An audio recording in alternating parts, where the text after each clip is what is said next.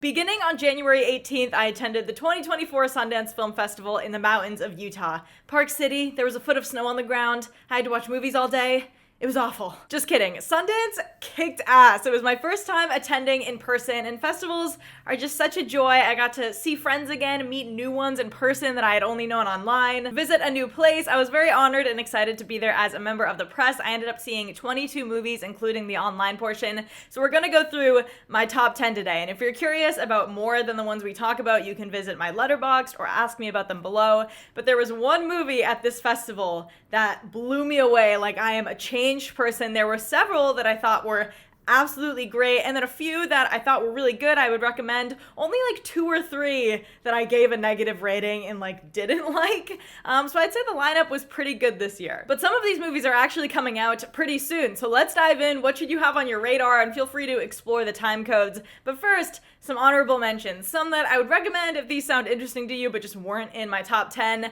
Stress Positions, a COVID movie about a ragtag group of 20 or 30 somethings in New York, during which I accepted that I think I just like movies where all the characters are detestable. Girls State, the companion documentary to Boys State. I think it is better than Boys State and a very timely watch. It will be on Apple TV. Kneecap, a biopic with the humor and hedonism of train spotting about an Irish rap group who spearheaded part of the civil rights movement to preserve the native Irish language. Hyper stylized, super charming, and surprisingly educational. It actually stars the members of Kneecap, and I'm gonna be at South by Southwest and they're actually performing there, so I'm hoping that I can see them in person. And one other movie, A Different Man. This is the Sebastian Stan A24 movie. I know a lot of people are very intrigued and excited for this. For me, jury's still out on this one. I liked the first half a lot, but it takes on a much different identity later on, ironically, because of the content of what this movie is. At the beginning, it's kind of like this The Fly type grimy transformation film, and then it turns into kind of an actors playing actors, melodramatic psych thriller that I honestly think disappointed me, but not in the way that I wouldn't say absolutely still check it out. At the very least, it's a really interesting film and it's getting at some stuff I haven't really seen in a movie before, and Sebastian Stan is really great. It might be his best performance ever. I think overall I just wish I liked the movie a little bit more. But those are my honorable mentions. Let's get into the top 10. Starting off, we have Dee Dee. Dee Dee was like a fan favorite of the fest, and it just got picked up by Focus Features, which is so exciting. It means people are gonna be able to see this. I would describe it as like the true art house version of like a Good Boys or Superbad. The director, Sean Wang, who was just nominated for an Oscar for a short film, said that he wanted to take Stand By Me and make something out of his own childhood. And his childhood was in like 2008 when people were using AIM and MySpace and smartphones.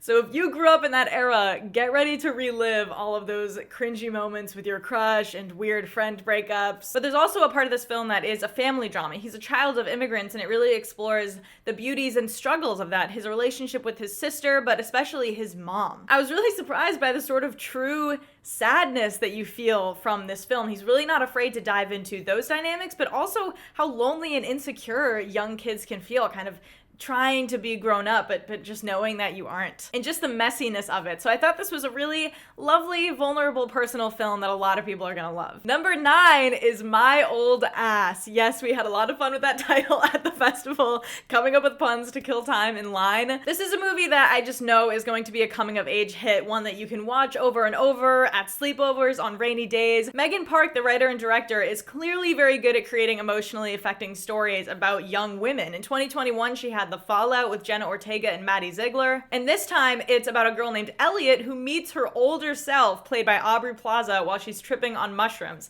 And I thought that the whole movie was gonna be her tripping, just like a 2-hour conversation between the two of them. But it turns out that that's just a catalyst to her kind of going forward, trying to be more thoughtful about her life and love as she prepares to move away from home. It's super funny. It gets bonus points for using Gen Z lingo in a way that actually feels organic, which apparently is very hard for Hollywood to do. But above all else, Maisie Stella, who plays Elliot, and Percy Hines White, who we just saw in the Wednesday TV show, have great chemistry. They're both really good, and their relationship is home to some really great questions about queer identity. I love how it isn't afraid to explore sex pre-college, but it does it in a very delicate way. And there are some things that I won't spoil, some surprises by the end that people will feel differently about. But on the whole, this is going to be a huge hit. It got picked up by Amazon. Renaissance. We will definitely be seeing it sometime this year. In my number 8 spot is Ibelin. This is a documentary about a Norwegian boy named Matt Steen who had a degenerative muscular disease, and when he sadly passed away when he was 25, his family discovered that he had lived a whole other life inside of World of Warcraft, and it had a huge impact on that community. This documentary is great for a lot of reasons. It's not only a very emotional and touching story, it's gonna make a lot of people cry, but it's a really interesting effort to destigmatize gaming and kind of debunk the notion that it's merely a solitary hobby or waste of someone's time. And it's a testament to the genuine connections that you can find online. I personally definitely think that technology and social media have had many, many detrimental effects to society, but I'm also clearly no stranger to the joy and community that can be found in online spaces. So I think it's a really, really important message. And maybe the coolest part is that a huge chunk of this is real messages, like transcripts of the chats that Matt's had with people reenacted through World of Warcraft animations with their characters that they commissioned World of Warcraft YouTubers to create. So I just thought all of that was really affecting. I had a great time watching it, and Netflix has it now, so I presume that it will be dropped on the platform sometime this year. Now, at number 7, we have In a Violent Nature. Woof, guys. Now, even though this is at number 7, it is probably one of the films that excites me the most on this list. If you are a horror fan, if you are a slasher fan at all, you're gonna want to check this out when it drops on Shudder sometime this year.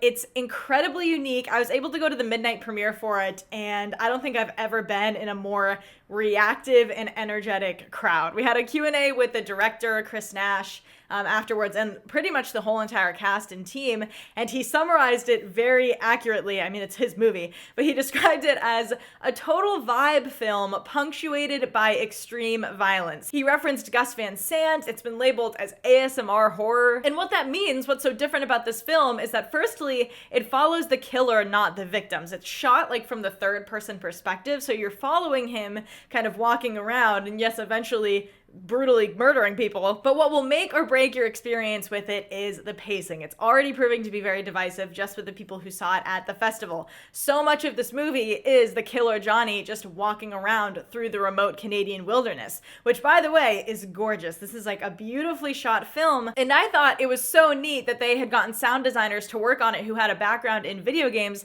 specifically so that the sound of him walking wouldn't get tiresome to the audience. And there is this soothing ASMR quality to the crunching of leaves as he treks around everywhere. And you've got the obvious influences here, like Texas Chainsaw Massacre, Friday the 13th, but it's also so much its own thing. This is a slasher that is stripped down to the most basic elements, but then it has this very specific vision that genuinely manages to feel like Chris Nash has done something different within this formula. So even though I definitely did struggle with the slower pacing at times, on the whole, I just thought this rocked. It's such a cool idea and a cool project, and the fun part about it is that a lot of people are gonna hate it. If you do check it out though, watch it with friends because those kills are fucking gnarly. At number 6, we have Jesse Eisenberg's A Real Pain. This got picked up by Searchlight while the fest was happening, which is not surprising at all, and I'm so happy that it did because people are going to love this movie. This was one of the most electric crowds I was in while I was at the festival. I saw it at the Eccles Theater,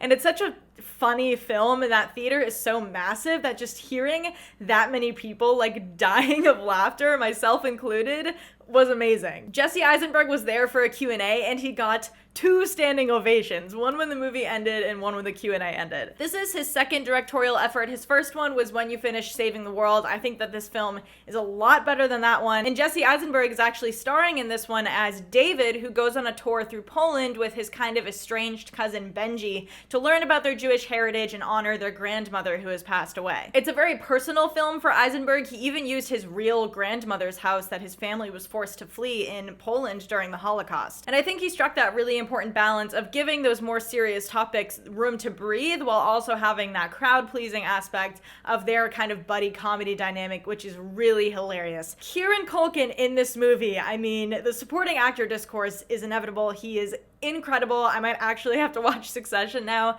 But Jesse Eisenberg is great too, as always. And it's awesome to see him, I think, really maturing as a director. At number 5 is Your Monster, maybe the most delightful movie that I saw at the fest, and definitely a personal favorite. It's a fantasy rom-com with a dash of horror. Melissa Barrera plays a woman whose life is on the decline, and so she moves back to her childhood home and discovers the monster who has been living in her closet her whole life. Tommy Dewey plays the monster, and they are both so good. They have electric chemistry as they fall in love. It literally makes you feel the warm and fuzzy feeling of falling in love yourself, but then it has this really exciting, like twisted, forbidden romance aspect to it. There's actually like a surprisingly epic sex scene in this film. The tone reminded me a lot of Jennifer's Body. It's not as good as Jennifer's Body, and the story is very different, but I definitely think it belongs in that like sphere of edgy feminist films with horror underpinnings. I think there are some problems with the script that stem from it originating as a short film, and as more was added to the narrative to reach this feature length, it becomes less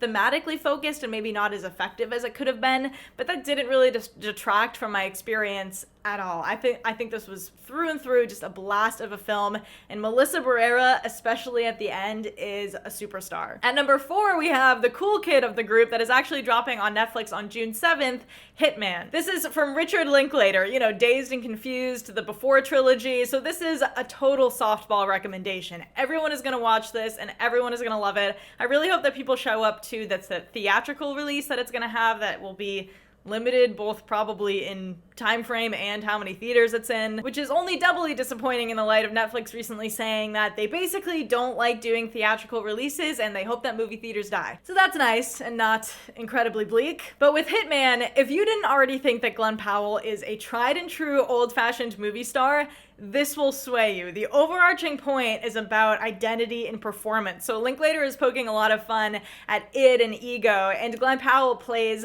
this really shy, kind of dorky professor who like moonlights working part-time for the police, pretending to be an assassin. So we get to see so many facades and impressions and disguises from him. But this is also a full-blown rom-com. I don't really know why it's not being advertised as such, but Adria Arjona is a great compliment to Glenn Powell, and things get steamy. There are fireworks in more ways than one. There's one scene where they're pretending to be in a fight that's been getting applause in the theater just in the middle of the movie because it's executed that well. So this film is just aces across the board, but I don't think anyone really doubted that. At number 3, we have Exhibiting Forgiveness, one of the loveliest surprises of the fest for me. I didn't know a lot about it, but I saw some positive reviews, so I checked it out online. It's Titus Kafar's directorial debut. Andre Holland plays an artist whose estranged father has gotten clean and wants to reconcile. Kafar's script is such a grounded and refreshing take on the process of forgiveness, especially in its assertion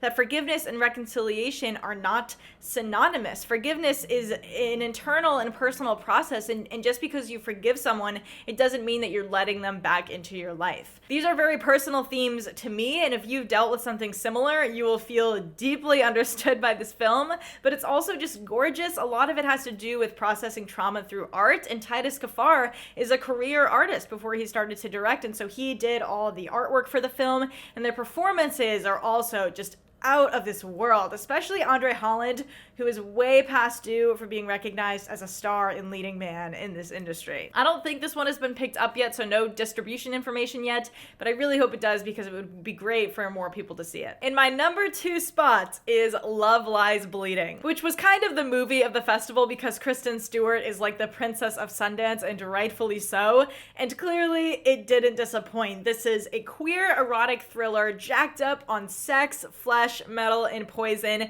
It feels like such a classic thriller from the 90s, or something a bit Cronenbergian, some Thelma and Louise vibes, and I'll keep it vague, but it is not afraid to depart from reality. So it's also very much a rose glass film through and through. It's really cool to see her style develop and just see her experiment with genre and tone. It's also surprisingly very funny as well. It has a very twisted sense of humor. And Kristen Stewart, come on. She is one of the best actors of her generation, and I feel like she's really come into her own in the last several years. This is one of my favorite performances from her, but it is actually Katie O'Brien who almost makes more of an impression because you're just like, who is this? She is a machine, just a force of nature, and it's a really challenging part to play. It goes so far beyond just her physicality, which is obviously so perfect for this, so I really hope this is a big break for her. If you plan on seeing this, I recommend checking out Saint Maud before. If you haven't, that's Rose Glass's debut film. I think Love Lies Bleeding is the better film, which is good. No sophomore slump to be found, but she's clearly just not afraid to color outside the lines, and both of her movies have been entertaining as hell. This one is A24 and it's actually coming out on March 8th. And now I'd like to emphasize the jump from the aforementioned films on this list to my #1 film of the festival, which was I Saw the TV Glow. Ironically, the film on this list that ended up being maybe the most divisive at the festival, a similar outcome to the writer and director Jane Schoenbrun's first film, We're All Going to the World's Fair. We know that A24 is distributing this one also. They're like on everything this year, but hopefully it'll come out this year. It just got a rating and everything, and it got a rating of only PG-13, which is insane to me because this movie is horrifying and tragic. It is a straight punch to the gut. All I think about is this movie and Dune and how bad Argyle is. I tried to summarize what this film is about and why I liked it, but it's kind of impossible to do. I just wrote paragraphs and paragraphs, but I will be doing a full-length review for this, and I don't want to repeat myself. I will just say that this movie is about media. It's about our relationship to and consumption of media. It's about both the comfort and dangers it can bring, but maybe paramount to all of that is that this is about Jane Schoenbrun's experience as a trans person, but it's not an overtly or explicitly trans film. It's more of this surreal expression of that. They have talked at length about this in interviews. I will link some of that below. There's also a trans critic named Esther Rosenfield who did a really great review on it that I will link below. But just aesthetically, thematically, Justice Smith and Bridget Lundy Payne are so good. It is horrific. It is poignant. Not to be dramatic, but I came out of the movie feeling like I understood movies better. And if you have seen We're All Going to the World's Fair and you were iffy on it, still please give this movie a shot. It's similar thematically, but it's also a much different movie. It's much grander in scale. It's more of a traditional narrative. I think it's a more accessible film and people might like it more than We're All Going to the World's Fair. But again, it will still not do everything that people expect or want it to do. So even though it is destined to be pretty divisive, it is going to, I think, mean a lot to a lot of people. So I just can't wait for it to come out. So those were my 10 favorite movies out of Sundance 2024, guys. Thank you for tagging along here or on all my other socials for my first time at the fest. It really was so great. We talked more on the podcast about what it's like attending festivals, accessibility, all of that. So if you're kind of interested in learning about that, I will tag that below, but also feel free to ask specific questions here. And to let me know what you're most excited for, either from these films or for the rest of the year. I was kind of worried about missing some movies, but we've gotten Argyle, so it's been pretty barren so far, even throughout February, but we still have Lisa Frankenstein, which I'm excited for because that's from Diablo Cody. Drive Away Dolls looks pretty good. Even Madame Web I'm excited for, merely because it will be so much fun to talk about. So thanks for watching, guys. Don't forget to like and subscribe, and keep an eye out for more videos soon.